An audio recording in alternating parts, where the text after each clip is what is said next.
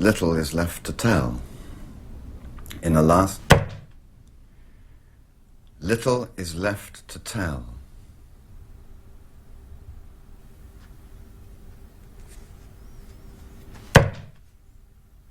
In a last attempt to obtain relief, he moved from where they had been so long together to a single room on the far bank.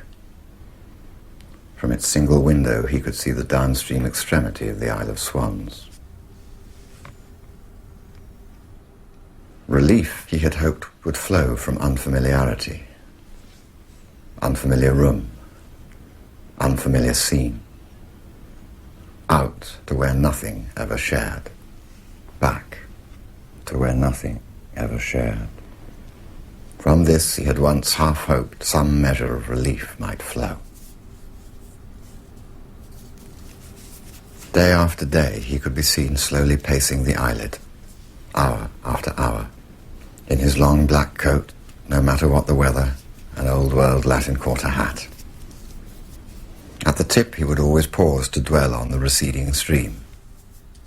How in joyous eddies its two arms can flow and flow united on, then turn, and his slow steps retrace. In his dreams, then turn, and his slow steps retrace.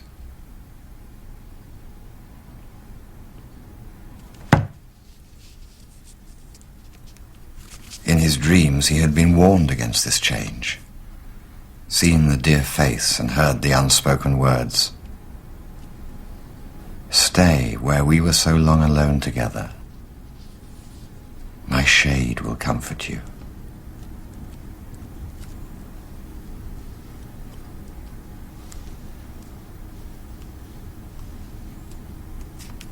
Could he not now seen the dear face and heard the unspoken words, "Stay where we were so long alone together. My shade will comfort you."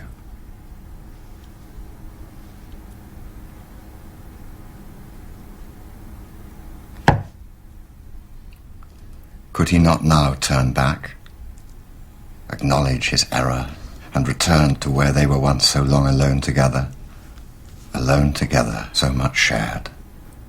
No. What he had done alone could not be undone. Nothing he'd ever done alone could ever be undone. By him alone.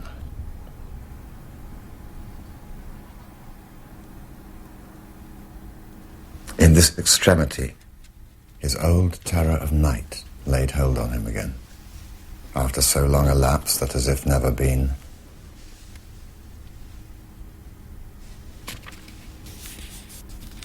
Yes, after so long a lapse that as if never been.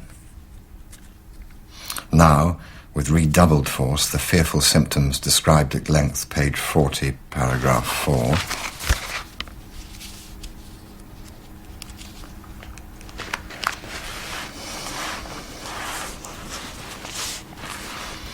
White nights now again his portion, as when his heart was young. No sleep, no braving sleep, till dawn of day.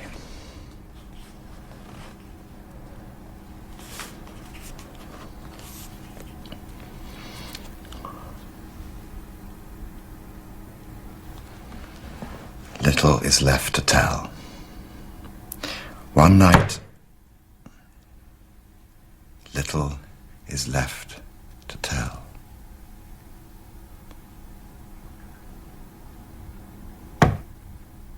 One night, as he sat trembling, head in hands, from head to foot, a man appeared to him and said, "I've been sent by..." And here he named the dear name, "to comfort you." Then, drawing a worn volume from the pocket of his long black coat, he sat and read till dawn, then disappeared without a word. Some time later he appeared again at the same hour with the same volume, and this time, without preamble, sat and read it through again the long night through. then disappeared without a word. So from time to time, unheralded, he would appear to read the sad tale through again, and the long night away, then disappear without a word. With never a word exchanged, they grew to be as one.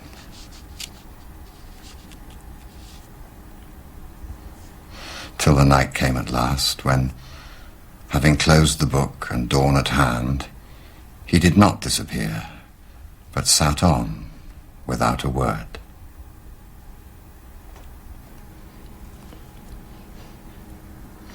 Finally he said, "I have a word from," and here he named the dear name, "that I shall not come again. I saw the dear face and heard the unspoken words. No need to go to him again, even were it in your power." So the sad saw the dear face and heard the unspoken words. No need to go to him again, even were it in your power.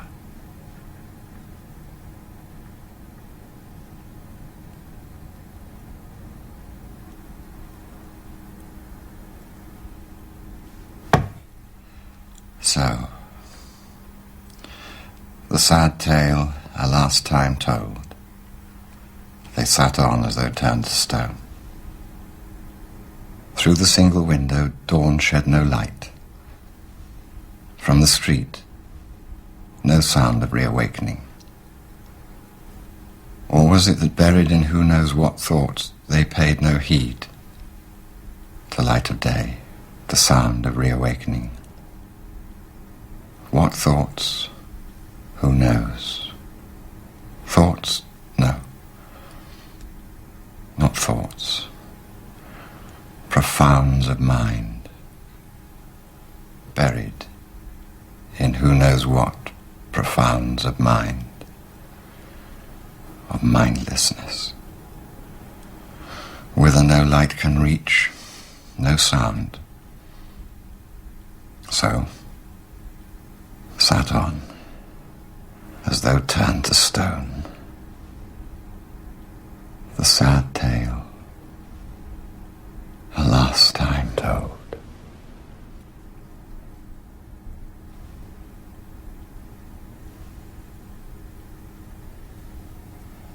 Nothing is left to tell.